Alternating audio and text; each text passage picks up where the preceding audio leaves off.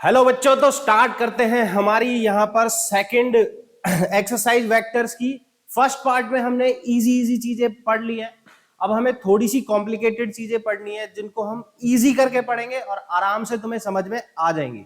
ठीक है, डिस्ट्रैक्शंस हटा के बैठ जाओ एकदम थोड़ी देर के लिए।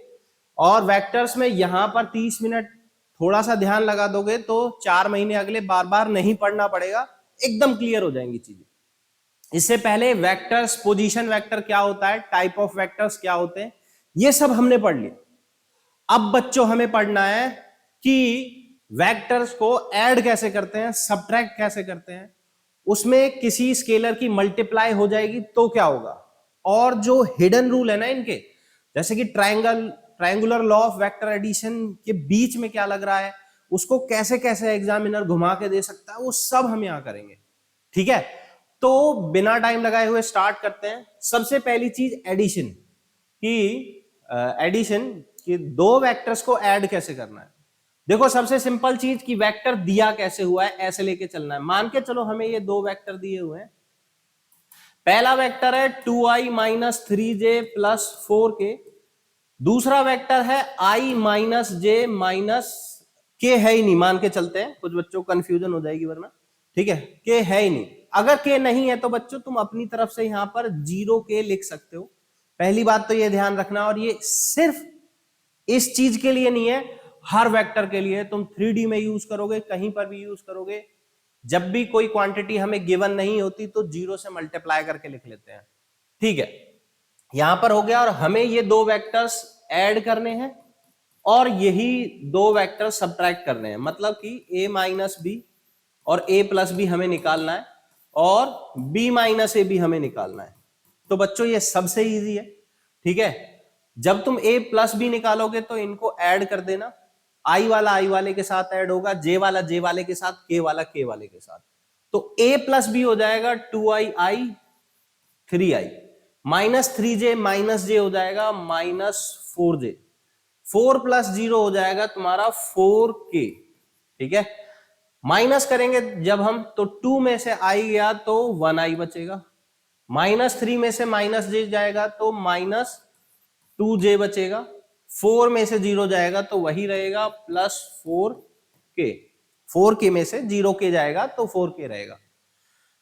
अब b माइनस ए निकालेंगे तो इसमें से ये माइनस कर दो, 1 माइनस 2 माइनस आई, माइनस जे माइनस, तो ये हो जाएगा प्लस का 2j माइनस 4k। कुछ भी नई तंत्र मंत्र नहीं लग रहे हैं इसमें, बिल्कुल एकदम सिंपल है। k वाला k वाले से, j वाला j वाले से, i वाला i वाले से, इसमें कुछ नहीं लगाना है। अब देखो आगे चलते हैं, थोड़ा सा इसका कॉम्प्लिकेटेड रूप देखते हैं। ठीक है, कि अगर वेक्टर ijk की फॉर्म में ना दिया होके कुछ इस तरीके से दिया हुआ है, भैया ये है वेक्टर a और ये है तुम्हारा वेक्टर b। ठीक है, पहले इनको रब करके बिल्कुल सिंपल तरीके से करते हैं कि तुम्हें दो वेक्टर दिए हुए हैं। ठीक है, डायग्राम भी नहीं बना के दिया हुआ है कि एक वेक्टर है और दूसरा वेक्टर है, इन दोनों को ऐड करना है। दोनों के मैग्नीट्यूड हमें पता है। ठीक है, a का मैग्नीट्यूड जो है वो 5, 10, 15, 20 कुछ भी दे रखा है, हम उसको मान लेते हैं कि वो है a। जब तुम किसी वेक्टर को बिना एरो के लिखते हो तो उसका मतलब मैग्नीट्यूड होता है। बी वेक्टर को हम लिख सकते हैं, बी वेक्टर के मैग्नीट्यूड को मान लेते हैं b। तो इन दोनों के मैग्नीट्यूड हमें पता है, मतलब लेंथ पता है, और इन दोनों के बीच का एंगल हमें पता है। ठीक है, इन दोनों के बीच का एंगल हमें दे रखा है थीटा, ए और बी के बीच का एंगल। अब देखो जब भी तुम डायग्राम बनाओगे और दो वेक्टर्स के बीच का एंगल तुम्हें बनाना है, तो ध्यान रखना एक बात कि तुम ऐसे नहीं बना सकते। पहले मैं गलत बना के दिखा देता हूं तुम्हें, कि तुमने ए यहां पर लिया, बी यहां पर लिया, ठीक है, और ऐसे करके कह दिया ये इनके बीच का एंगल है। नहीं, ये कंप्लीटली रॉन्ग है। ठीक है, ए इसको ले लो, बी इसको ले लो, तो ये रॉन्ग है। तुम्हें जब भी दो वेक्टर्स के बीच का एंगल दे रखा है तो उन दोनों की टेल्स आपस में जोड़नी है। ठीक है, तो ये गलत को हटा देते हैं, सही से सीखते हैं कि ये लिया हमने ए वेक्टर, तो बी वेक्टर की टेल यहीं से स्टार्ट करेंगे, इनको को इनिशिएट करना है। ठीक है, ये हो गया हमारा बी वेक्टर। दोनों का जो बीच का एंगल हो गया वो थीटा, ये वाला एंगल हमें दिया हुआ है। तो अब हमें निकालना है a प्लस बी, इन दोनों का सम करके क्या आएगा, ठीक है, कि a प्लस बी करके क्या आएगा, ये हमें निकालना है। तो देखो ट्रायंगुलर लॉ से हम इसको निकालेंगे, लॉ हमारे पास है। लॉ का मतलब होता है एक ऐसी डेफिनेशन या स्टेटमेंट जो हर बार हर जगह पर वैलिड होगी, ठीक है। वेक्टर्स के एडिशन के केस में ये चीज हमेशा वैलिड होगी, बट इसकी कुछ प्री कंडीशन है। वो कंडीशन ये है कि दो वेक्टर्स अगर एक ट्राइंगल की दो साइड्स को रिप्रेजेंट कर रहे हैं तो तीसरी साइड जो होगी वो उन दोनों का सम रिप्रेजेंट करेगी, ठीक है। अब यहां पर तुम a प्लस बी नहीं निकाल सकते, तो जब तुम्हें a प्लस बी निकालना होगा तो डायग्राम ऐसे मत बनाना, ठीक है। तुम्हें डायग्राम कैसे बनाना है मैं बताता हूं। ये तो तुम्हारी गिवन चीजें हैं, ठीक है, ये गिवन है, ऐसे करके तुम्हें दिया होगा, फिर तुम्हें अपने हिसाब से एडजस्ट करके उसका सम निकालना है। देखो मैं बताता हूं कैसे करना है। जब भी तुम्हें triangular law of vector addition लगाना है तो तुम्हें फ्लो में चलना होगा। ये ए आया, फिर जो बी होगा वो यहां से स्टार्ट करना, इसके हेड से ऐसे, ये गया हमारा बी। ध्यान रखो मैं इन दोनों के बीच का एंगल नहीं निकाल रहा हूं, इसीलिए वेक्टर लॉ में, ट्रायंगुलर लॉ में हमें हेड और टेल मिलाने होते हैं। जो एक्चुअल में हमारा बी था वो यहां था ऐसे करके, ठीक है, मैंने उसको बस उठा के यहां रख दिया है। यही तुम्हें भी करना है, ठीक है। इन दोनों के बीच का ये वाला एंगल हमारा थीटा था, तो मैं अब अगर इसको आगे बढ़ाऊं तो ये वाला एंगल हो जाएगा हमारा थीटा, क्योंकि ये वाला दोनों बी है, दोनों पैरेलल है, तो ये एंगल इसके इक्वल होगा। ट्रायंगुलर लॉ अब ये कहता है कि जो इस ट्रायंगल की तीसरी साइड होगी, ट्रायंगल बना कहां, ये देखो, ये पहली साइड, ये दूसरी साइड, और तीसरी साइड यहां से यहां आएगी। तो तीसरी साइड ऐसे बनानी है, पहले वाले की टेल से दूसरे वाले के हेड तक। तो ये जो साइड होगी ये रिप्रेजेंट करेगी तुम्हारा a प्लस बी, ठीक है। तो a प्लस बी क्या हो गया, ये तीसरी साइड। अब ये एक वेक्टर है, हम ऐसे डायग्राम बना के वहां पर आ नहीं सकते, तो हमें क्या करना पड़ेगा, a प्लस बी निकालना है, तो इसकी दो चीजें निकालनी होंगी। a प्लस बी का मैग्नीट्यूड, यानी कि हमें ये निकालना होगा, और हमें निकालना होगा कि a प्लस बी कितना एंगल बना रहा है, ठीक है, a या b से। ये दोनों चीज तुम्हें वहां बता के आनी होंगी। तो a प्लस बी एंगल बना रहा है, इसको मान लेते हैं अल्फा, तो हमें a प्लस बी बताना है और अल्फा बताना है। ट्रायंगुलर लॉ से हम ये दोनों चीजें बता सकते हैं। ट्रायंगुलर लॉ से हमें डायरेक्ट भी पता है, बट हम यहां प्रूफ कर लेते हैं तो हमें याद रहेगी, ठीक है। तुम क्या करो, यहां से एक परपेंडिकुलर डालो यहां पर, जैसे ही तुम परपेंडिकुलर डालोगे तो एक राइट एंगल ट्रायंगल बन जाएगा। कौन सा वाला, यहां से यहां गए और ये यहां पर आए, ये हो गया हमारा राइट एंगल ट्रायंगल। इस राइट एंगल ट्रायंगल में ये हमारी हो गई हाइपोटेन्यूज, यानी कि a प्लस बी की जो लेंथ होगी यहां से यहां तक वो होगी हमारी हाइपोटेन्यूज, यानी कि ये जो चीज दी हुई है ये हाइपोटेन्यूज है। हाइपोटेन्यूज को कैसे निकालते हैं भैया, बेस का स्क्वायर प्लस ये जो परपेंडिकुलर है इसका स्क्वायर, दोनों का स्क्वायर का सम जो होगा वो हाइपोटेन्यूज के बराबर होगा, तो लिख लेते हैं। अब बट हमें बेस पूरा पता नहीं है, हमें तो यहां तक पता है बस, यहां से यहां तक ये लेंथ तो एक ही लेंथ हो जाएगी।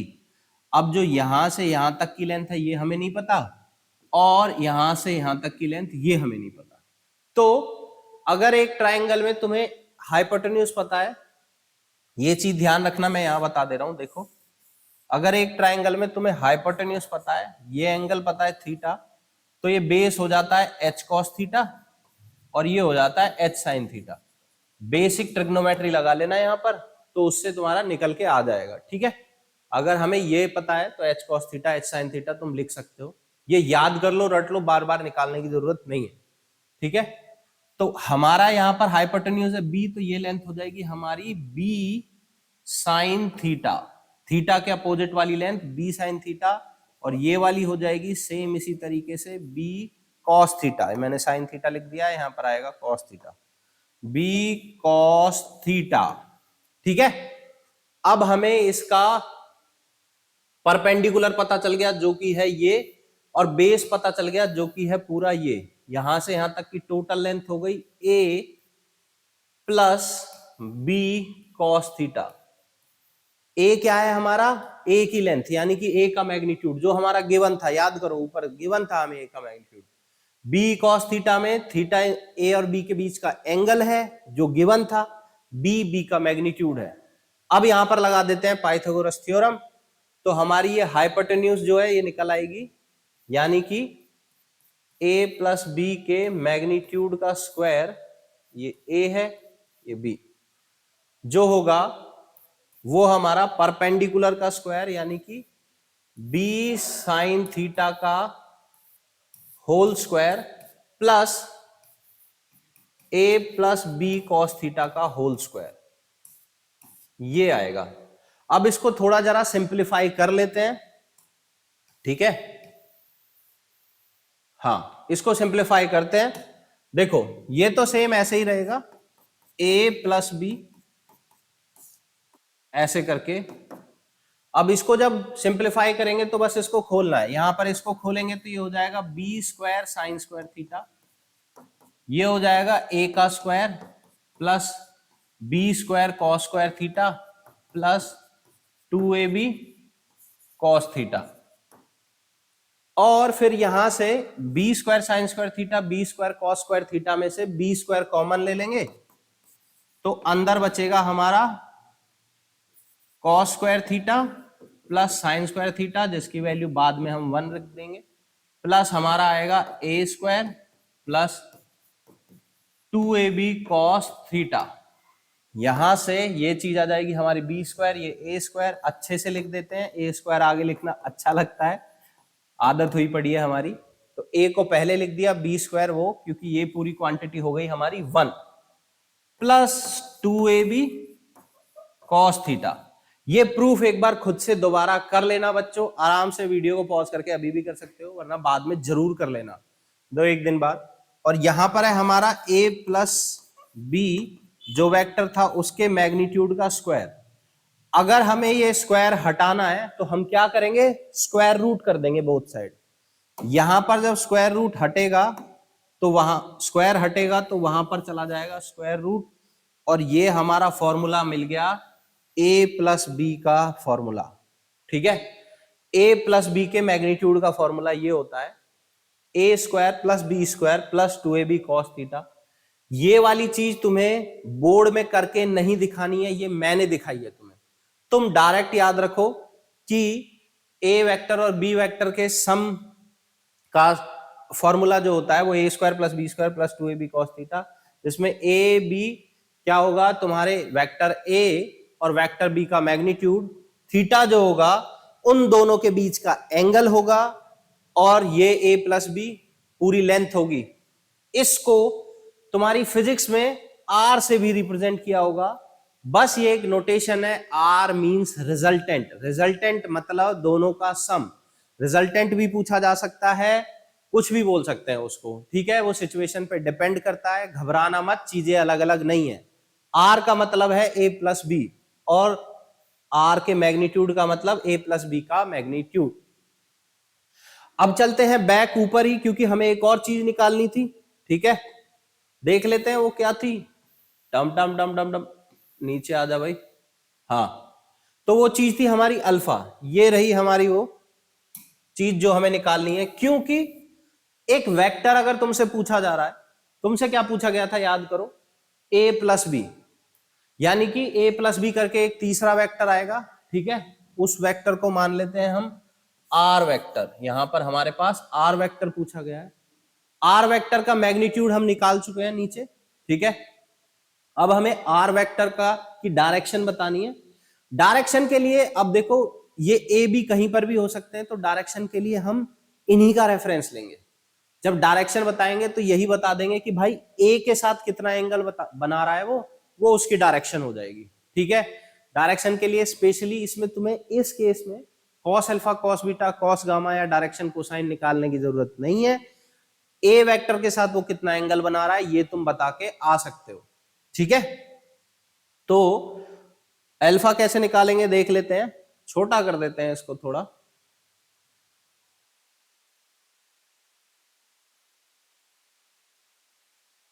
ये हमने उधर कर दिया। अब देखो बहुत आसानी से अल्फा निकल जाएगा। अल्फा निकालने के लिए तुम निकाल लो भैया टेन अल्फा। टेन अल्फा होता है परपेंडिकुलर अपॉन बेस। परपेंडिकुलर क्या है? B sine theta. B sine theta divided by base A plus B cos theta. A plus B cos theta. ठीक है, अब ये हमारा अल्फा नहीं निकला है, ये टेन अल्फा निकला है। अल्फा निकालने के लिए इनवर्स कर दो, टेन को उधर लेके चले जाओ, तो अल्फा हो गया हमारा टेन इनवर्स, और इसको ब्रैकेट में डाल के ऐसे लिख दो B sine theta divided by A plus B cos theta. ठीक है, और हम लिख देंगे alpha is the angle that R is making with vector A. Vector A लिखने की जरूरत नहीं है, जब तुम ए के ऊपर ये एरो का साइन लगा दोगे तो उसका मतलब ए वेक्टर ही है। ठीक है, बट मैंने लिख दिया है, कोई प्रॉब्लम नहीं है। ठीक है, तुम मत लिख के आना तो भी तुम्हारा नंबर नहीं कटेगा, बट ये लाइन लिख के आ जाना जरूर जब भी क्वेश्चन में तुमसे ऐसे कुछ पूछा जाएगा। अल्फा भी निकाल दिया हमने, ए प्लस बी का मैग्नीट्यूड भी निकाल दिया, तो हमारे सारी चीजें हो चुकी है। आगे चलते हैं अब। ठीक है, नेक्स्ट टॉपिक देखते हैं। यहां हमने देख लिया ए प्लस बी कैसे निकालना है। ठीक है, नेक्स्ट में अब हम देखेंगे कि ए माइनस बी कैसे निकालना है। ये बहुत इंपॉर्टेंट है। ठीक है, यहां पर थोड़ा ध्यान देना। देखो ए वेक्टर तुम्हें ये दिया हुआ था, ध्यान देना, ए माइनस बी निकालने के लिए तुम्हें वही चीजें गिवन होंगी जो उधर गिवन थी। इन दोनों के बीच का एंगल, दोनों का मैग्नीट्यूड। ये ए वेक्टर हो गया। बी वेक्टर हमारा कुछ इस तरीके से था, दोनों के बीच का ये वाला एंगल हमें पता था। अगर मैं आगे आगे ऐसे ऐसे खींच दूं, ये वाला एंगल था हमारा थीटा। ये है हमारा ए, ये है हमारा बी। तो सबसे पहले ट्रायंगुलर लॉ हम लगा ही नहीं सकते, क्योंकि हमें ए प्लस बी नहीं पूछा। ए प्लस बी पूछा होता तो हम यहां से ये ऐसे ऐसे जोड़ देते। ठीक है, और ये वाला हो जाता हमारा a plus b. But a plus b जब पूछा ही नहीं हुआ है तो ये जोड़ने की जरूरत ही नहीं है। ठीक है, हमको ये जोड़ने ए माइनस बी निकालना है। ए माइनस बी को तुम प्लस करके कैसे लिख सकते हो? देखो मैं इसको ऐसे लिख सकता हूं, a plus negative of b vector. अब हम पहले ही पढ़ चुके हैं नेगेटिव वेक्टर कैसे निकालना है। ठीक है, और प्लस कैसे करना है ये तो हमें पता ही है। तो ये बी वेक्टर है, बी का नेगेटिव वेक्टर हो जाएगा जस्ट इसके इस डायरेक्शन में अपोजिट, ऐसे। ये हो गया हमारा नेगेटिव बी वेक्टर। अब ये हमारा एक वेक्टर आ गया, और हमें फ्लो में चलना है। ए वेक्टर में ये बी वेक्टर ऐड हो गया, हेड से टेल हमारी जुड़ी हुई है, हमें यहां साफ दिख रही है।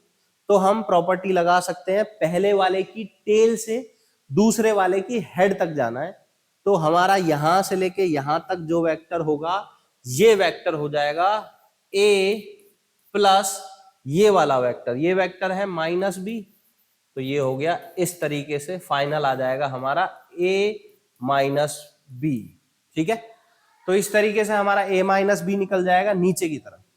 अब इसका मैग्नीट्यूड कैसे निकालेंगे? सारी चीजें सेम होंगी, डेरिवेशन करने की जरूरत नहीं है। बाकी अगर तुम्हें लगे कि करना है डेरिवेशन, तो यहां से डालो परपेंडिकुलर यहां, तो ये यहां पर ये परपेंडिकुलर हो गया। अब ये वाली तुम्हें लेंथ निकालनी है, तो तुम्हें ये वाली लेंथ बेस पता होनी चाहिए, और ये वाली लेंथ हाइट पता होनी चाहिए। बेस और हाइट तुम्हें पता चल गया तो फट से तुम्हारा क्या निकल जाएगा? ये वाली लेंथ हाइपोटेन्यूज। ये एंगल होगा हमारा थीटा, क्योंकि इसके वर्टिकली अपोजिट एंगल है ये थीटा हो गया। तो वापस वही वाला रूल लगा के ये आ जाएगा हमारा बी कॉस थीटा, और ये आ जाएगी हमारी बी साइन थीटा। देखो परपेंडिकुलर तो हमें पता चल गया। ये क्या होगा? थोड़ा दिमाग लगाओ। ये पूरी लेंथ है हमारी ए वेक्टर। ठीक है, यहां से यहां तक ए वेक्टर है, तो यहां से यहां तक होगा हमारा a minus this, a minus B cos theta. खत्म हो गया। तुम्हें बेस पता है, परपेंडिकुलर पता है, पाइथागोरस थ्योरम लगा दो, बस फाइनल आंसर आ जाएगा a माइनस बी का जो मैग्नीट्यूड होगा वो आएगा तुम्हारा अंडर रूट, क्योंकि बाद में तुम्हें अंडर रूट भी करना पड़ेगा, इसका स्क्वायर प्लस इसका स्क्वायर, सॉरी इसका स्क्वायर प्लस इसका स्क्वायर, और जब तुम स्क्वायरिंग करके खोलोगे तो वापस आएगा तुम्हारा ए स्क्वायर बी स्क्वायर के साथ sine square cos square theta आएगा, वो मिलके 1 हो जाएगा, बट यहां पर आएगा -2ab cos थीटा। ये ध्यान रखना, इस वाले में माइनस आएगा और प्लस वाले में प्लस आएगा, और डायरेक्शन होगी कुछ इस तरीके से। जब तुम्हें एल्फा निकालना होगा यानी कि एंगल एल्फा, तो tan एल्फा आ जाएगा तुम्हारा परपेंडिकुलर यानी कि b sine theta upon a minus B cos theta. Same इस तरीके से तुम्हारा tan को उधर ले जाके एल्फा भी आ जाएगा, बस कुछ नहीं करना, एल्फा निकालना है तो tan को उधर ले जाओ, tan इनवर्स करके लिख दो, उसमें कुछ भारी दिमाग नहीं लगाना है, बस ये ध्यान रखना जब भी तुम्हारा a माइनस बी पूछा जाएगा तो -2ab cos थीटा कर देना, बस, और कुछ भी नहीं है। a माइनस बी नीचे की तरफ होता है, a प्लस बी यहां से यहां की तरफ होगा, ध्यान रखना ये है a प्लस बी, ये है a माइनस बी, ठीक है। चलो अब आगे चलते हैं बच्चों। आगे क्या था हमारा, हाँ यहां पर होगा, यस। नेक्स्ट में हमें देखो, triangular law of vector addition बहुत कंफ्यूज करता है उन बच्चों को जो थोड़ा सा मतलब प्रिसाइसली जिन्होंने ध्यान नहीं दिया है कि कैसे मैंने हेड और टेल को मिक्स किया था, तो इसीलिए मैंने कुछ खुद से एग्जांपल बना लिए। अब मैंने यहाँ पर 6 तुम्हें एग्जांपल दिए हुए हैं, ये जरा अपनी कॉपी में ट्राई करो अभी तुरंत, मतलब तुम्हें कुछ नहीं करना, तुम्हें बस ये लिखना है ए बी सी में क्या रिलेशन होगा, ठीक है। ये ध्यान रखना ए बी सी में क्या रिलेशन होगा तुम्हें ये लिखना है। पहले वाला मैं करके दिखा देता हूं, 5 तुम ट्राई करना फिर, और फिर आंसर मैच करना। जैसे कि पहला वाला होगा, अगर तुम सोचो कि ए और बी को ऐड करके मैं डायरेक्ट सी लिख देता हूं सर, तो वो गलत है। यहां पर तुम्हारा हमेशा फ्लो बनना चाहिए। फ्लो देखो कैसे बन रहा है, ये पहले चला सी, सी फिर इसकी टेल से ऐड है और ये बना बी। सी और बी में फ्लो है, बाकी किसी में फ्लो नहीं है। देखो सी ऐसे जा रहा है, बी ऐसे जा रहा है, अगर तुम बी से चलते तो यहाँ हेड से हेड आ गया, फिर से रुक जाता। फ्लो होना चाहिए, मतलब टेल से हेड पे तुम कूद सकते हो, आगे नहीं जा सकते, हेड से हेड पे नहीं जा सकते। तो जब फ्लो बन रहा है तो उन दोनों का सम तीसरे वाले के बराबर होगा, तो इसका आंसर मैं लिख सकता हूं C plus b equal to a. तो पहले वाले का आंसर हो गया C plus b equal to a. इस तरीके से तुम्हें ये पांचों सॉल्व करने हैं। फ्लो चेक करो, फ्लो कहां होगा। अगर फ्लो आ रहा है ऐसे करके तो तुम्हारा ये सही होगा, अगर तुम बिना फ्लो के कुछ भी लिख दोगे कि a प्लस बी हमेशा C होता है तो वो गलत हो जाएगा। मैंने ये क्वेश्चन इसीलिए लिए हैं क्योंकि बहुत कंफ्यूजन होता है बच्चों को। जरा एक बार देखो, 1 सेकंड लो, पॉज करो वीडियो को और ट्राई करो, ठीक है। तो मैं मान के चलता हूं तुमने पांचों कर लिए होंगे। पॉज करके सॉल्व करते हैं। यहां पर फ्लो देखो, यहां पर भी हमारा पहले C जा रहा है, ठीक है, और फिर B जा रहा है। अगर तुम्हें इस चीज में कंफ्यूजन आ रही है सर आप तो एक बार में ले दे रहे हो, तो तुम चल के देखो, तुम कुछ भी यूज कर सकते हो। मैं A यूज कर रहा हूं बट मुझे पता है हेड हेड फ्लो नहीं आया तो मैं रुक जाऊंगा। फिर मैं B से चला, B में आया फिर से हेड हेड तो फ्लो नहीं आएगा। फिर मैं C से चला तो मुझे पता है C से हेड से टेल पे चला गया और फिर ऐसे। तो C और B एक फ्लो में है, मतलब दोनों को ऐड कर सकते हैं हम। तो हम लिख देंगे C plus b equal to a, ठीक है। बाई चांस दोनों का आंसर सेम आ गया है, मैंने ऐसे ही रैंडम बनाया है, बट ये हमेशा ट्रू नहीं होगा कि कोई लॉजिक लगा ले बच्चा कि भैया ये तो हमेशा C प्लस बी ए ही होता है, ऐसा कुछ नहीं है। यहां देखो तो इसमें क्या फ्लो आ रहा है बाई चांस इसमें भी B plus c equal to a आ रहा है। देखो मैं A से चला और यहां पर क्या है, मेरा हेड आ गया तो मेरा फ्लो टूट गया। मैं आगे चलता हूं, मैं B से ऐसे चला, फिर मेरा फ्लो आ गया ऐसे, तो मैं ऐसे चल रहा हूं, मतलब B और C को ऐड करके A आएगा, B plus c equal to a. ये हो गया मेरा ट्रायंगुलर लॉ। नीचे आ जाते हैं, नीचे हमारा ये भी हमारा B plus c equal to a आ रहा है। एक मिनट, सब B प्लस सी आ रहा है क्या? नहीं नहीं नहीं, देखो ये हमारा B प्लस सी आ रहा है, B plus c equal to a, क्योंकि फ्लो ऐसे और ऐसे जा रहा है, इन दोनों का सम करके ये आएगा। यहां पर आ जाते हैं, अब बी से सी पे नहीं जा सकते, तो हमारा ए प्लस सी आएगा बी के बराबर, a plus c equal to b. यहां पर हमारा आएगा फ्लो किधर है, ऐसे गए, कोई फ्लो नहीं है, हाँ ये और ये फ्लो है हमारा, ठीक है, ए से सी की तरफ, तो सी प्लस ए आएगा हमारा बी के इक्वल। तो ये हो गए हमारे 6 के 6 आंसर। अगर किसी बच्चे के सारे सही हैं तो इसका मतलब उसको कॉन्सेप्ट क्लियर है, वेरी गुड। जिसको सही नहीं है कमेंट करके बता दो यार, वरना तो फिर बाकी मेरे हिसाब से आ गया होगा तुमको।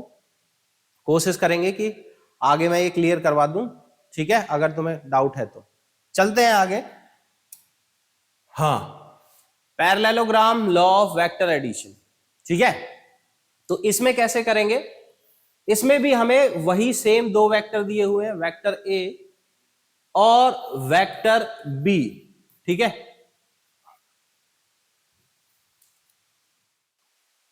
हाँ तो दोस्तों हम पढ़ रहे थे parallelogram law of vector addition.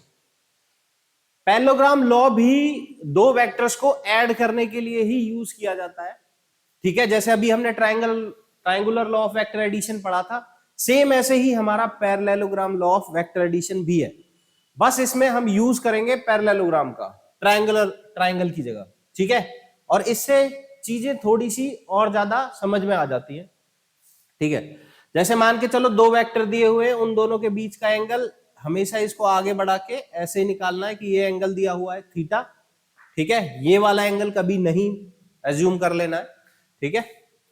तो पैरेललोग्राम लॉ ये कहता है कि अगर तुम दो साइड को एडजेसेंट साइड मानो पैरेललोग्राम की और पैरेललोग्राम को कंप्लीट करो, तो यहां से पैरेललोग्राम बनेगा कैसे, ये देखो, इसके पैरेलल साइड खींच देंगे, ये खींच दी, ठीक है, और इसके पैरेलल ये खींच दी, ठीक।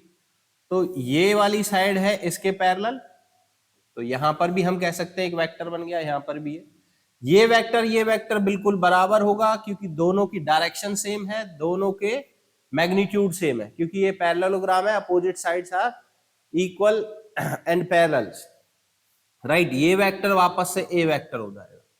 तो पैरेललोग्राम ये लॉ ये कहता है कि यहां से यहां तक जाने वाला जो वेक्टर होगा, यानी कि पहले वाले की टेल से दूसरे वाले की हेड तक, ये चीज सेम वही है जो ट्रायंगुलर लॉ कह रहा है, वही तुम्हारा आर होगा, यानी कि वही ए प्लस बी होगा। बस वो ये कह देता है कि भैया जो डायगोनल है वो तुम्हारा ए प्लस बी है, ठीक है, और उसमें ट्रायंगल की तीसरी साइड ए प्लस बी थी, बस और कुछ नहीं है, कुछ स्पेशल नहीं है, सारी चीजें सेम होंगी। ए प्लस बी की जो लेंथ आएगी, यानी कि जो मैग्नीट्यूड आएगा, वो सेम तुम्हारा ए का स्क्वायर प्लस बी का square plus 2ab cos theta ही होगा, ठीक है। और ये वाला जो एंगल होगा जो कि तुम्हारा रिजल्टेंट ए के साथ बना रहा है, अल्फा ही होगा, और तुम tan अल्फा को कह सकते हो, वो क्या होगा, b sine theta divided by a plus B cos theta. Same उसी तरीके से अगर तुम्हें प्रूफ करना है, यहां से परपेंडिकुलर डालो, सेम जो चीजें उसमें करी थी पाइथागोरस थ्योरम इस ट्रायंगल में लगाना और प्रूफ हो जाएगा। इस अगर तुमने पिछले वाला अच्छे से प्रूफ सीख लिया है तो इसको प्रूफ करने की जरूरत नहीं है तुम्हें, बस समझ जाना कि ये होगा कैसे। अल्फा सेम उसी तरीके से आ जाएगा, tan को उधर tan इनवर्स में भेज देना, ठीक है। तो ये हो गया हमारा parallelogram law of vector addition, जो बिल्कुल सेम वैसा ही है जैसा कि तुम्हारा ट्रायंगुलर लॉ है। अब देखो जो इसमें हिडन पार्ट है, जो एक इंटरेस्टिंग चीज है कि पैरेललोग्राम के डायगोनल्स क्या रिप्रेजेंट करते हैं। अगर उसका एक साइड ए होगा और दूसरी साइड बी वेक्टर होगी, ठीक है, तो बना लेते हैं पैरेललोग्राम को। ये दूसरी वाली बिल्कुल इसी के बराबर हो गई, ये बी हो गई, तो ये ए वेक्टर ही हो गया, ये बी वेक्टर हो गया। तो हमें पता है इसका ये वाला डायगोनल तो ए प्लस बी होगा।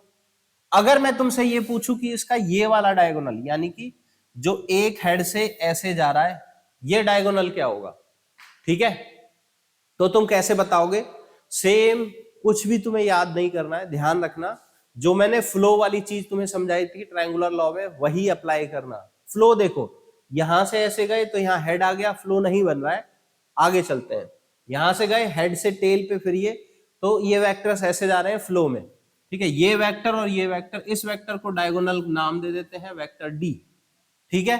तो ये वेक्टर और ये वेक्टर मिला के यानी कि बी वेक्टर और डी वेक्टर मिला के बना रहे हैं ए वेक्टर, तो हम कह सकते हैं डी वेक्टर होगा हमारा ए माइनस बी, ठीक है। बिल्कुल तुम एक वेक्टर को उधर ले जाके माइनस में कन्वर्ट कर सकते हो, सेम इक्वेशन में जैसे नॉर्मल चीजें उधर जाके सब्ट्रैक्ट हो जाती हैं, सेम वेक्टर भी ऐसे हो जाएंगे। तो यहां से तुम्हें ये वाला डायगोनल भी मिल जाएगा। तो हम ये कह सकते हैं कि जो दो डायगोनल होते हैं पैरेललोग्राम के, एक डायगोनल तो होता है जो रिप्रेजेंट करता है a प्लस बी, और दूसरा डायगोनल जिसको नाम दे दो D2 तो वो रिप्रेजेंट करेगा a माइनस बी, ठीक है। अब ये ध्यान रखना, बच्चे इस चीज में कंफ्यूज हो जाते हैं कि b किसको लेना है a किसको लेना है। देखो ये a माइनस बी है तो फाइनल माइनस इनिशियल करना है तुम्हें, तो फाइनल a हो गया तुम्हारा, b को माइनस करना है। इसको b माइनस a मत लिख देना क्योंकि पैरेललोग्राम टेढ़ा तिरछा मिर्चा कैसे भी बना हो सकता है। ये कंफ्यूजन दूर करने के लिए मैं एक बार तुम्हें और बता देता हूं, इसी पैरेललोग्राम को थोड़ा टेढ़ा मेढ़ा बना लेते हैं, ठीक है, ताकि हमारी कंफ्यूजन दूर हो जाए कि मैं कहना क्या चाह रहा हूं, ये तुम्हें अच्छे से समझ में आए। देखो पैरेललोग्राम ऐसे बना लिया, ये एक वेक्टर हो गया, ये दूसरा वेक्टर हो गया, ये इसके पैरेलल हो गया, ये दूसरा हो गया, ठीक है। इसमें इसको नाम दे देते हैं p वेक्टर, इसको दे देते हैं q वेक्टर, और ये भी हो जाएगा हमारा q, ये हो जाएगा हमारा p। ये एक पैरेललोग्राम ही है, ठीक है। अब मैं कैसे भी खींच रहा हूं, चलो मैं ऐसे, ये तो वेक्टर मुझे पता है यहां से यहां तक जाएगा, और दूसरा वाला मैं अब यहां से यहां खींच लेता हूं, ठीक है। तो ये वाला जो वेक्टर होगा मेरा, अगर तुम्हें ये डायगोनल निकालना है, इस डायगोनल को नाम दे देते हैं D1 और इस डायगोनल को नाम दे देते हैं D2। तो जो मेरा D1 होगा वो कैसे होगा, P प्लस Q, तो D1 आ जाएगा मेरा P प्लस Q। क्योंकि मैंने इसकी डायरेक्शन चेंज कर दी है तो ये मेरा होगा Q वाले में से P माइनस कर दूंगा तो आ जाएगा, ठीक है। तो Q वेक्टर में से P माइनस कर दूंगा तो आ जाएगा फाइनल वाले में, जहां पर जाके ये रुक रहा है। ये वाला वेक्टर था ना, यहाँ हेड है इसका, कहां पर, Q पर, और यहां पर इसकी टेल है, ठीक है, स्ट्रेट। तो फाइनल माइनस इनिशियल करके याद रखना, क्योंकि तुम्हें वेक्टर कैसे भी दिया जा सकता है, ऐसे जैसे मैंने अभी दिया या फिर जैसे ऊपर वाले केस में था। तो दो डायगोनल्स क्या रिप्रेजेंट करते हैं, a प्लस बी और a माइनस बी, ठीक है। अगर ये भी डायगोनल ऐसे दिया हुआ होता तो ये माइनस का p माइनस क्यू हो जाता, ये ध्यान रखना, सॉरी माइनस का p प्लस क्यू। देखो ये दोनों के हेड से, मैं नया कलर ले लेता हूं और थोड़ा सा इसको, कि दोनों के हेड से चल के यहां पर आ रहा है वेक्टर, ठीक है। ये वेक्टर अगर पूछा होता इसी डायगोनल में, ये वाला वेक्टर पूछा होता जो मैंने अभी पीले कलर से बनाया है, जिसकी टेल है यहां और हेड है यहां पर, तो ये वेक्टर p प्लस क्यू के नेगेटिव हो जाता। तो p प्लस क्यू का नेगेटिव होता है minus of p plus Q, तो माइनस p माइनस क्यू, ठीक है। यहां से लेके ये वाला वेक्टर था हमारा, ये क्या था, q माइनस p, और अगर मैं इसका उल्टा पूछ लिया जाएगा मेरे से कि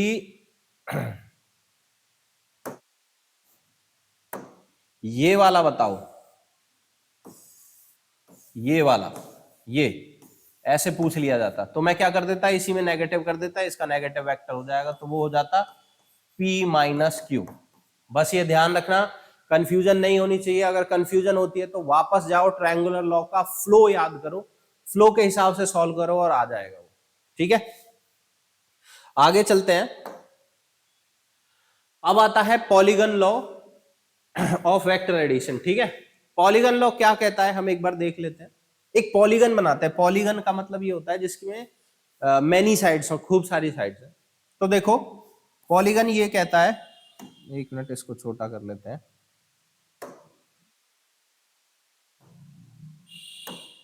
हाँ तो पॉलीगन लॉ ये कहता है कि हमारे पास एक पॉलीगन बना हुआ है वेक्टर से।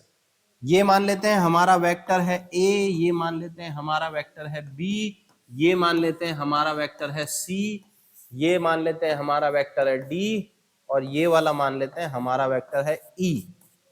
ठीक है, और हम यहां पर निकालेंगे कि भैया क्वेश्चन है a plus B plus C plus d plus e, यानी कि ये सारे वेक्टर्स का सम कितना आएगा। तो इसका आंसर है कि इनका आंसर सम आएगा 0। अब हम इसको प्रूफ करेंगे ताकि तुम्हें याद रहे। देखो, हम जब मैनी वेक्टर्स को ऐड करते हैं तो हम वही रूल करते हैं, पहले इन दोनों को ऐड करके निकाल लेते हैं, इन दोनों को ऐड कर देते हैं और फिर लास्ट वाले को ऐड कर देंगे फाइनली, क्योंकि हमने दो दो वेक्टर्स को ऐड करना सीखा है। तो पहले मैं इन दोनों वेक्टर्स को ऐड कर देता हूं, ये और ये, ए और बी को ऐड करूंगा ट्रायंगुलर लॉ से, ये बन जाएगा मेरा। तो अब मेरा नया फिगर आ गया, ए प्लस बी मेरा हो गया ये, इसको नाम दे देता हूं मैं पहला डायगोनल D1। ठीक है, तो मेरा ए प्लस बी आ गया D1। D1 के साथ अब मैं ऐड करूंगा C को। ठीक है, तो D1 के साथ ऐड हुआ C, यानी कि ये वेक्टर और ये वेक्टर ऐड हुआ, इसको भूल जाओ। ठीक है, तो ये वेक्टर और ये वेक्टर जब ऐड होंगे तो ट्रायंगुलर लॉ से पहले वाले की टेल से दूसरे वाले की हेड तक जाएंगे। तो D1 प्लस C मिलके बना दिया मेरा ये वाला वेक्टर। ठीक है, ये आ गया मेरा D, और D1 और C मिला के इस वेक्टर को नाम दे देते हैं D2। तो इन दोनों को मिला के आ गया मेरा D2। D2 मेरा वेक्टर जो यहां से यहां जा रहा है। अब मुझे पता है मेरा D2 वेक्टर और D वेक्टर, ये दोनों मिला के क्या बनाएंगे। ठीक है, ये दोनों मिला के बनाएंगे मेरे ये वाले वेक्टर को यहां से यहां तक। ठीक, तो ये हो गया मेरा D2 plus D vector. D2 plus D vector को ध्यान से देखो। ठीक है, D2, ये यहां पर प्लस D प्लस E चल ही रहा है मेरा। ठीक है, और प्लस इन दोनों को करके मैंने कर दिया D2 plus D plus E। यहां पर जो है D2 और D वेक्टर मिला के जो मेरा ये वाला वेक्टर आया है, तुम देखो ये वेक्टर अपोजिट डायरेक्शन में है E की, और लेंथ में बिल्कुल बराबर है। तो क्या हुआ, D2 प्लस D करके जो वेक्टर आएगा वो E वेक्टर का नेगेटिव वेक्टर होगा। नेगेटिव वेक्टर होगा तो मैं इसको लिख सकता हूं माइनस E इन दोनों को, और मेरा प्लस E यहां पर है, इन दोनों का सम आ जाएगा मेरा 0। इस तरीके से मेरा आंसर आ गया फाइनल 0। तुम 1 बाय 1 करके ऐड करो और टोटल सम तुम्हारा 0 आ जाएगा। और तुम ऐसे भी याद रख सकते हो, लास्ट वाला अगर तुम्हें फ्लो में याद नहीं है तो फ्लो में कैसे याद करोगे, लास्ट वाले में कंफ्यूजन हो गई हो तो एक वेक्टर ऐसे जा रहा है, दूसरा ऐसे जा रहा है, तीसरा वापस आ गया, तो ये P वेक्टर, Q वेक्टर और R वेक्टर का सम कितना होता है, ये क्या इंप्लाई करता है, P vector plus Q vector plus R vector equal to 0। जब भी एक फ्लो में वेक्टर चले तो तीनों को प्लस करके क्या आएगा, 0। यही पॉलीगन लॉ है। ठीक है, यहां पर अब 3 है, 4 कर लो, 5 कर लो, 10 कर लो, 50 कर लो, पॉली मतलब मैनी, खूब सारे कर लो, सबका सम अगर ये फ्लो में चल रहे हैं तो 0 आएगा। जब क्या होगा, जब ये फ्लो टूट जाए और बीच में आंसर डिफरेंट आ जाए, तो वो भी केस देख लेते हैं। ठीक है, मान के चलो मैंने पॉलीगन ही दिया है और उसमें एक में बीच में फ्लो तोड़ दिया चतुर बनने के चक्कर में, तो यहां पर एग्जामिनर चतुर बनेगा। देखो इस तरीके से ये 4 फ्लो में है और यहां पर इसका फ्लो उल्टा दे दिया थोड़ा सा। ठीक है, तो ये तो है वेक्टर ए, ये बी मान लेते हैं, ये सी हो गया, ये हमारा डी हो गया, ये हमारा ई हो गया, और तुमसे पूछ रहा भैया अब बताओ कि vector A plus B plus C plus D और प्लस ई क्या होगा, वो ये तुमसे पूछना चाह रहा है। ठीक है, तो तुम्हें पता है पहले तुम a प्लस डी करोगे तो ये आ जाएगा, फिर तुम ये कितना आ गया तुम्हारा a प्लस बी के बराबर आ गया, फिर तुम क्या करोगे इस वेक्टर को और इसको ऐड करोगे तो तुम्हारा ये आ जाएगा, तो ये आ गया तुम्हारा a प्लस बी में c को ऐड करके, फिर तुम इसमें इसको ऐड करोगे तो तुम्हारा ये वाला आ जाएगा, ये इसके बराबर ही होगा। तो हमारे पास फाइनली दो वेक्टर बचेंगे, एक ये वाला और ये वाला। ठीक है, ये वेक्टर हो गया हमारा a plus B plus C plus D. तो पहले चार वेक्टर्स को ऐड करके हमारा ये वाला वेक्टर आ रहा है, ये दो चीजें बच रही हैं। ठीक है, दो वेक्टर लेंथ में बिल्कुल बराबर है, डायरेक्शन में सेम है, तो हम कह सकते हैं इसको मिला के क्या आया है हमारा e, और ये वाला भी e है, दो e को मिला के फाइनल आंसर आया 2e। ये मत समझना कि इसका कुछ और स्पेशल आंसर निकालना है, ये चारों मिला के e के बराबर हो गए, e और e ऐड होके 2e हो गया, यही आंसर है, बस इतने पे खुश हो जाना, खत्म बात। ठीक है, इसके एक दो क्वेश्चन प्रैक्टिस कर लेते हैं तो हमें समझ में आ जाएगा कब फ्लो टूट रहा है कि नहीं टूट रहा। ठीक है, तो नेक्स्ट पे चलते हैं। ये देखो, यहां पर तुम देख सकते हो, यहां पर मैंने तुम्हें तीन तरीके से पॉलीगन दिया है, इन तीनों का आंसर तुम निकाल के देखो क्या आएगा। ठीक है, एक सेकंड के लिए वीडियो को पॉज करो, फिर मैं बताता हूं कि क्या आएगा। हाँ, तो आई होप तुम लोगों ने अपने आंसर निकाल लिए होंगे, तो चेक करो। मुझसे पूछा है a plus B plus C plus D क्या आएगा, तो a ये हो गया, मैंने b ऐड किया, और d ये तीनों फ्लो में है, ये वाला ये वाला ये वाला, तो मुझे पता है ये और ऐसे फ्लो में होता तो ये 0 हो जाता। ठीक है, ये चारों का ऐसे फ्लो हो रहा होता, बट c ने प्रॉब्लम कर दी। अब मुझे पता है c और d और a मिलके ये वाला वेक्टर बनाएंगे, ये हो गया मेरा a plus D, a plus D और b मिलके मेरा ये वाला वेक्टर बनाएंगे, a प्लस डी में अगर मैं b को ऐड कर दूं तो मेरा 2 टाइम्स c हो गया, a b और d ने मिलके बना दिया मेरा c, एक c ऑलरेडी है, तो फाइनल आंसर आ गया 2c। ठीक है, मैंने मन से ये इधर उधर लिख दिए। ठीक है, अब यहां पर देखो, फ्लो चेक कर लेते हैं भाई, कहां से स्टार्ट हो रहा है, यहां से, तो डी सी। ठीक है, और देखो इन दोनों का फ्लो बिल्कुल अलग कर दिया है मैंने। ठीक है, तो यहां पर फ्लो बन नहीं रहा है, हाँ यहां बन रहा है, बिल्कुल बिल्कुल, ऐसे गए ऐसे गए ऐसे गए ऐसे गए।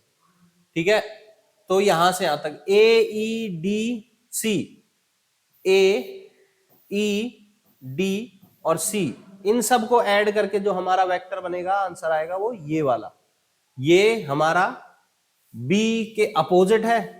ठीक है, सॉरी ये नहीं आएगा, हमारा आएगा ये नीचे की तरफ, ये मैंने गलत कर दिया है।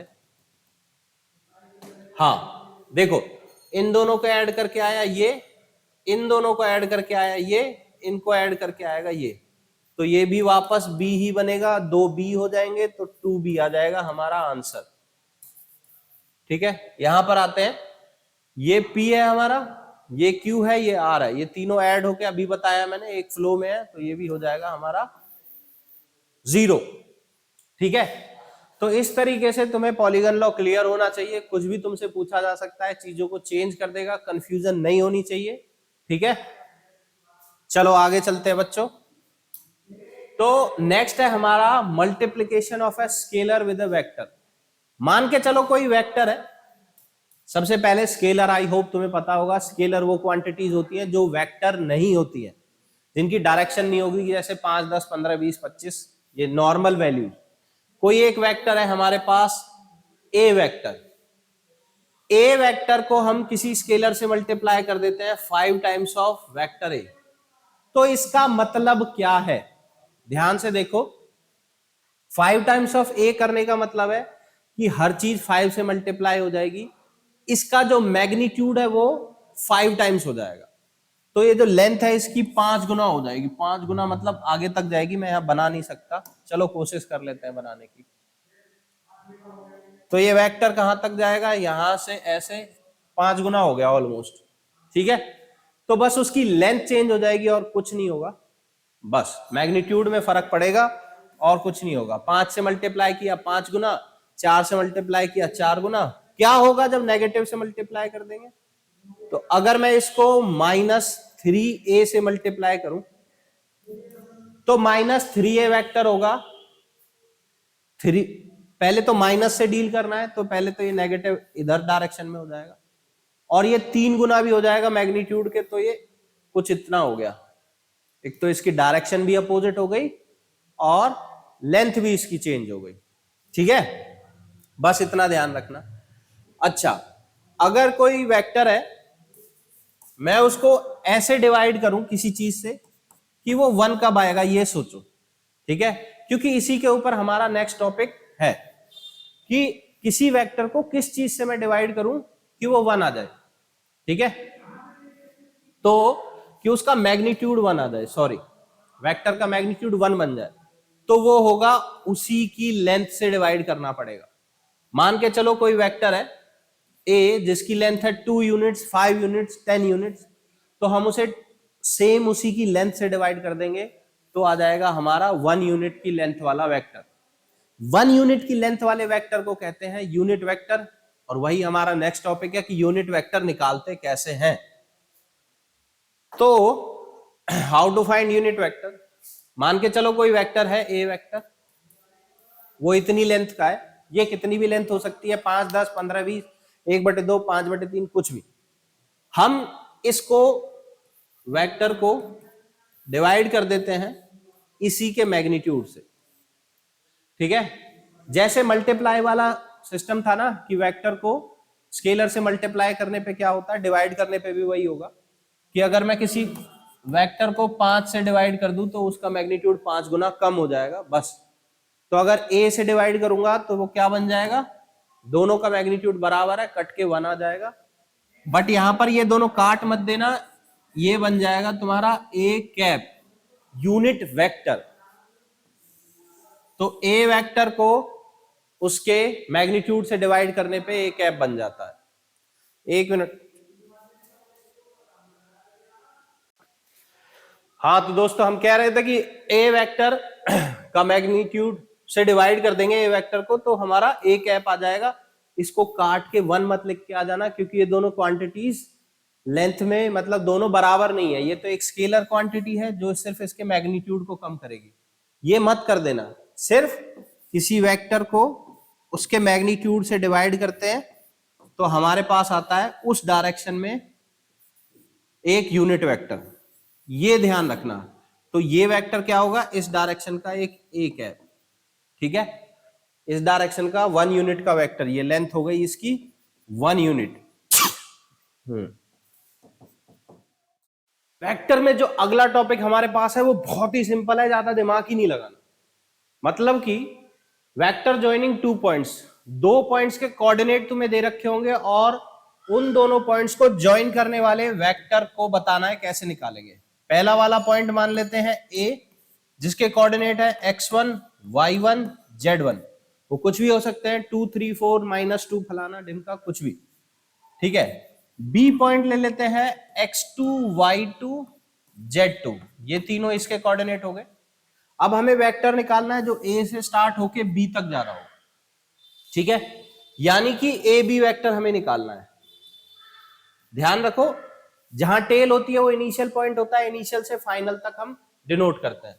तो ए बी वेक्टर आएगा फाइनल के कोऑर्डिनेट्स में से इनिशियल वाले माइनस करके, और रेस्पेक्टिवली आई जे के लगा देंगे, एक्स के साथ आई, वाई के साथ जे, जेड के साथ के। देखो x2 minus x1 i plus y2 minus y1 j plus z2 minus z1 k। बहुत सिंपल है, ये बहुत सिंपल है। ठीक है, इसीलिए कुछ नहीं डिस्कस करेंगे, बस इतना ही याद रख लेना। जहां पर वेक्टर जाके एंड हो रहा हो वहां के कोऑर्डिनेट्स में से इनिशियल पॉइंट्स के कोऑर्डिनेट्स माइनस कर देना, तो तुम्हारा ए बी वेक्टर निकल आएगा। ठीक है, नेक्स्ट टॉपिक करते हैं। अब कुछ ज्यादा सोचना ही नहीं था पिछले वाले में। सेक्शन फॉर्मूला, सेक्शन फॉर्मूला तुमने शायद 10th क्लास में भी पढ़ा होगा। ठीक है, डिलीट हो गया होगा तो मुझे नहीं पता, बट मैं यहां बता देता हूं। देखो, इंटरनल डिवीजन पढ़ेंगे हम इसमें। इंटरनल का मतलब क्या होता है, एक्सटर्नल का मतलब डिवीजन में, इसमें मैं बता दूंगा तुम्हें। अभी सिर्फ इंटरनल डिवीजन पढ़ेंगे। मान के चलो ये हमारी एक्स वाई और जेड एक्सेस है, ये हमारी ओरिजिन है। ठीक है, यहां से हमें दे रखा है कोई P पॉइंट, ठीक है, और यहां पर है हमारा Q पॉइंट। ठीक है, ये दोनों वेक्टर हो गए, ये O है तो ये तुम बता सकते हो P का पोजीशन वेक्टर, ये Q का पोजीशन वेक्टर है, इसको हम P और Q वेक्टर भी लिख सकते थे, ठीक है। ये यहां से एंड तक जा रहा है, ये एंड तक जा रहा है।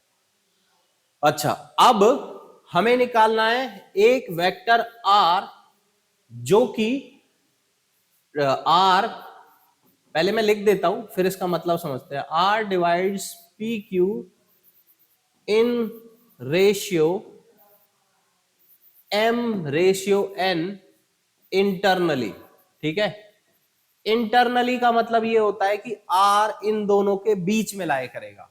दूसरी चीज है एक्सटर्नली, वो बोलेगा तो R इधर उधर लाए करेगा। अभी हमें उससे मतलब नहीं है, वो बाद में देखेंगे, पहले इंटरनली समझो। इंटरनली बोल दे तो उसका मतलब सीधा सीधा आंख बंद करके कि R भाई इसके बीच में लाए करेगा कहीं। दूसरी बात, M/N बोलेगा, ठीक है, और PQ बोलेगा तो पहले P से रेशियो लेना M का, ठीक है। जो P से R की डिस्टेंस होगी वो होगी M, यानी कि PR और डिवाइडेड बाय RQ, ये आएगा हमारा M/N। उल्टा मत कर देना, तो जहां कहीं भी R होगा हमारा, R कहीं पर भी हो सकता है, ठीक है। तो उसका जो पोजीशन वेक्टर है वो ये हो जाएगा, ये ही हमें निकालना है R, और ये इसको M/N में डिवाइड कर रहा है। तो बहुत सिंपल है, बड़े आराम से करना है इसको। तो R वेक्टर हो जाएगा तुम्हारा, देखो ये M जो है इसकी मल्टीप्लाई करना दूसरे वाले से, यानी कि M टाइम्स Q, और इसकी मल्टीप्लाई करना इस वाले से, plus N times P divided by M+N। ज्यादा दिमाग इसमें भी नहीं लगाना, बस सीधा फॉर्मूला याद कर लेना, बस ये उल्टे सीधे मल्टीप्लाई मत कर देना, जैसे मैंने बताया वैसे ही करना, तो हमेशा तुम्हें फुल मार्क्स मिलेंगे। इसका एग्जाम्पल करने की जरूरत नहीं है, बहुत इजी है, बीच वाले कोऑर्डिनेट्स आ जाएंगे हमारे पास और ये वेक्टर आ जाएगा, सीधा सीधा वेक्टर निकालने का फॉर्मूला ये, ठीक है। वरना तुम कोऑर्डिनेट्स के हिसाब से भी निकाल सकते हो, वहां से भी ये प्रूफ हो जाएगा, बट उसमें ज्यादा मेहनत लगती है, उससे अच्छा ये वाला यूज करो, सिंपल है, टू द पॉइंट, आराम से आंसर निकलेगा। नेक्स्ट पे चलते हैं, सेक्शन फॉर्मूला एक्सटर्नली, ठीक है।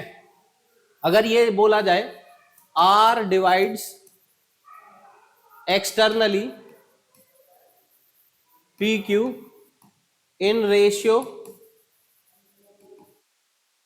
M/N, इसका मतलब ये है कि जहां पर भी PQ होगा, ये मान लेते हैं P, इसको मान लेते हैं Q, ये हो गई हमारी लेंथ PQ। R या तो यहां लाए करेगा या यहां। इस चीज में अगर कंफ्यूजन होती है सर ऊपर करेगा या नीचे, तो वो मैं बता दूंगा। देखो तुम खुद यहां देखो, पहले तो P का डिस्टेंस R से और R का डिस्टेंस Q से जो रेशियो होगा वो M/N में होगा। अगर इन दोनों में से जो भी बड़ा है, ठीक है, ध्यान दो, अगर M बड़ा है, M ग्रेटर देन N है, ठीक है, मतलब कि ये वाला बड़ा है, तो PR बड़ा होगा, PR बड़ा होगा। देखो PR कैसे बड़ा होगा, R अगर यहां लाए करता है या फिर यहां, दोनों में से कोई एक सही होगा। ध्यान दो, PR ये वाला बड़ा होगा या ये वाला बड़ा, खुद सोच के देखो। ये वाला बड़ा है तो ये वाला हम हटा देंगे, इस केस में ये वाला R आएगा, ठीक है। और अगर N बड़ा होता M से तो आता ये वाला। ये रूल ध्यान रखना अगर डायग्राम बनाने को आ जाए तो, अदरवाइज जैसे हम चलते हैं वैसे। तो हम रैंडमली कुछ भी मान लेते हैं, अभी ये वाला ले लेते हैं, इसको रब कर देते हैं, ठीक है। तो इस केस में हाँ, दोनों केसेस में फॉर्मूला सेम ही लगेगा, कुछ स्पेशल नहीं करना है, घबराने की जरूरत है नहीं, ठीक है। तो हमें ये निकालना है, सबसे पहले एक्स वाई और वाई एक्स जेड एक्सेस बना लेते हैं। ये हो गया हमारा वेक्टर P, ये हो गया हमारा वेक्टर Q, ये हो गया हमारा वेक्टर R। ये यहां लाए करेगा, यहां से यहां तक का रेशियो दे रखा है हमें M, और यहां से यहां तक का रेशियो दे रखा है हमें N। अब इसमें फॉर्मूला क्या है, जो पीछे लगा था वही फॉर्मूला लगेगा, बस बीच में प्लस की जगह माइनस कर देना। फॉर्मूला हर किसी को याद रहता है, फॉर्मूले में कोई टेंशन नहीं है। प्रॉब्लम क्या है, उल्टे सीधे मल्टीप्लाई कर देते हैं बच्चे जो हैं, मल्टीप्लाई करने में प्रॉब्लम लगते हैं, क्योंकि फॉर्मूला यही है R इज इक्वल टू, देखो अब इसमें मल्टीप्लाई कैसे होगी मैं ये बता देता हूं। m जो है p से टच हो रहा है और r से टच हो रहा है, तो m की मल्टीप्लाई होगी q से। तो m मल्टीप्लाई हुआ q से, माइनस का साइन आएगा, n मल्टीप्लाई होगा p से, divided by m minus n। बस इतना करना है और तुम्हारा आंसर निकल जाएगा। ठीक है, ये वाला वेक्टर आ जाएगा। देखो यहां n r और q से अटैच है, तो ये मल्टीप्लाई होगा p से, n p से मल्टीप्लाई। ये ध्यान रखना, बस क्वेश्चन हो जाएगा। इसके ऊपर एक ट्रिकी क्वेश्चन मैं पूछ लेता हूं कि भैया r इधर लाई करेगा या उधर। अगर तुम्हें ये वाला कॉन्सेप्ट आ गया, ध्यान रखना, ये रेशियो निकालना और बेसिक अकल लगाना, तो हमेशा तुम्हारा आंसर सही आएगा। डायग्राम बनाने में, डायग्राम बनाना इंपॉर्टेंट इसलिए है क्योंकि जब तुम जेई या फिर किसी और का क्वेश्चन करोगे तो वहां पर ये क्वेश्चन बड़े आराम से सॉल्व हो जाएगा। चलो, यहां पर मैंने तुम्हें दो रेशियो दिए हैं, ये वाला और ये वाला, और तुम देख सकते हो पी क्यू लेंथ दिए। आर तुम्हें दोनों में बनाना है कि आर यहां लाई करेगा या यहां, इसमें आर यहां लाई करेगा या यहां, दोनों बनाओ, तुम्हें क्लियर हो जाएगा क्या है क्या नहीं है। क्योंकि याद रखना, वो वाली चीज जो है m ग्रेटर देन n, याद रखने में कभी कभी प्रॉब्लम होती है। तो बस फिजिकली ऐसे क्वेश्चंस को देख के याद रखोगे तो आराम से हो जाएगा। ठीक है, एक बार बना लो वीडियो को पॉज करके, फिर मैं आंसर बता देता हूं। चलो, आई होप तुमने बना लिया होगा। तो इसको स्टार्ट कैसे करना था, सीधा सीधा पी क्यू को डिवाइड कर रहा है, तो हमें पता है P R divided by R Q की वैल्यू हमें दे रखी है 3/7। तो जो आर पॉइंट है पी के पास में है, पी के पास में है तो इधर होगा। ठीक है, क्योंकि बीच में नहीं आ सकता, एक्सटर्नली बोला हुआ है हमें, तो इधर होगा। पी के पास इधर मत बना देना, वो इंटरनल हो जाएगा। तो इस केस में आर हो गया यहां। ठीक है, और आर से जो पी का डिस्टेंस है वो 3 यूनिट्स है, और आर से क्यू का जो डिस्टेंस है वो 7 यूनिट्स है। अब उस हिसाब से हम आर को निकाल लेंगे अगर हमें पी और क्यू पता है तो। मैं बस रेशियो डिनोट करने की बात कर रहा हूं। यहां पर भी तुम्हें वही करना था, P R divided bye Q R. क्या आ जाएगा ये, पी आर दे रखा है हमें 10, क्यू आर दे रखा है हमें 7। तो आर से डिस्टेंस उसका ज्यादा है, आर से डिस्टेंस ज्यादा है, तो इस तरफ होगा वो कहीं यहां। तो ये हो गया हमारा आर, ऐसे बना देंगे। क्यू से उसका डिस्टेंस है 7 यूनिट्स, और यहां से यहां का डिस्टेंस है 10 यूनिट्स। एग्जैक्टली डिस्टेंस मैच नहीं कर रहे हैं कि ये वाला 7 सर ये वाला 10, बट तुम इमेजिन कर सकते हो उधर होगा आर थोड़ा सा। ठीक है, तो इस हिसाब से हमारे सारे टॉपिक्स क्लियर हो चुके हैं। नेक्स्ट वीडियो में हम इसके ऊपर क्वेश्चन करेंगे। बिना क्वेश्चन के ये जो टॉपिक्स हैं ये अधूरे हैं, वेगली तुम्हें पता होंगे। ये पूरे स्ट्रॉन्ग 100% तभी होंगे जब हम क्वेश्चन करेंगे। तो क्वेश्चन जरूर लगा लेना, और जिसमें डाउट हो वो मेरे सॉल्यूशंस में से देख लेना। बाय बाय, फिर मिलेंगे नेक्स्ट वीडियो में नेक्स्ट एक्सरसाइज के सॉल्यूशंस के साथ। बाय दोस्तों।